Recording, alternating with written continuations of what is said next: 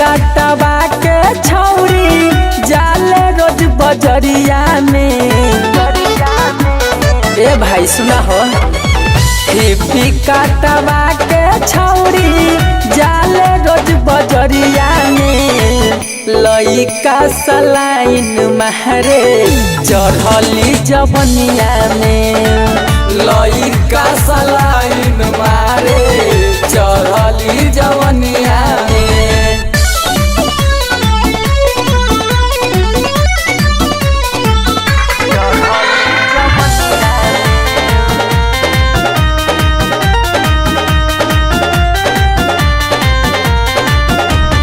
एकर जवानी लेखा न बाटे केहू के जवानी।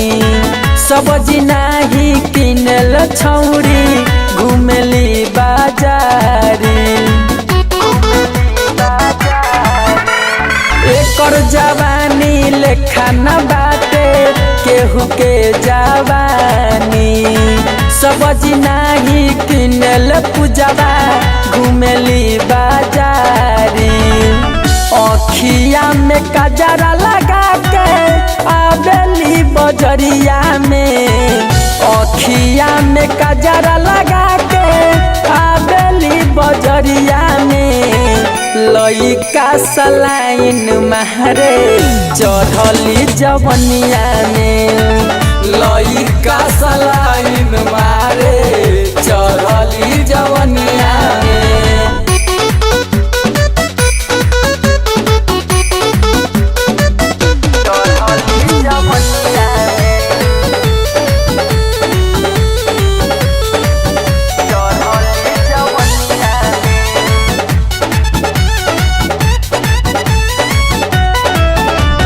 राइटर निरंजन लिखले बाटे एकरे कहानी।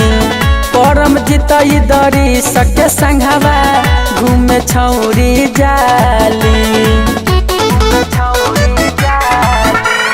राइटर निरंजन लिखले बाटे एकरे कहानी। परमजीत दरी सके संघवा घूमे छौरी जाली।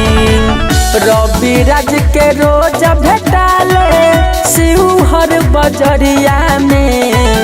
रवि राज के रोज भेटाले शिवहर बजरिया में। बिंदिया सजा के पीड़ितिया चमकेली बजरिया में। लइका सलाइन मारे चढ़ली जवनिया में।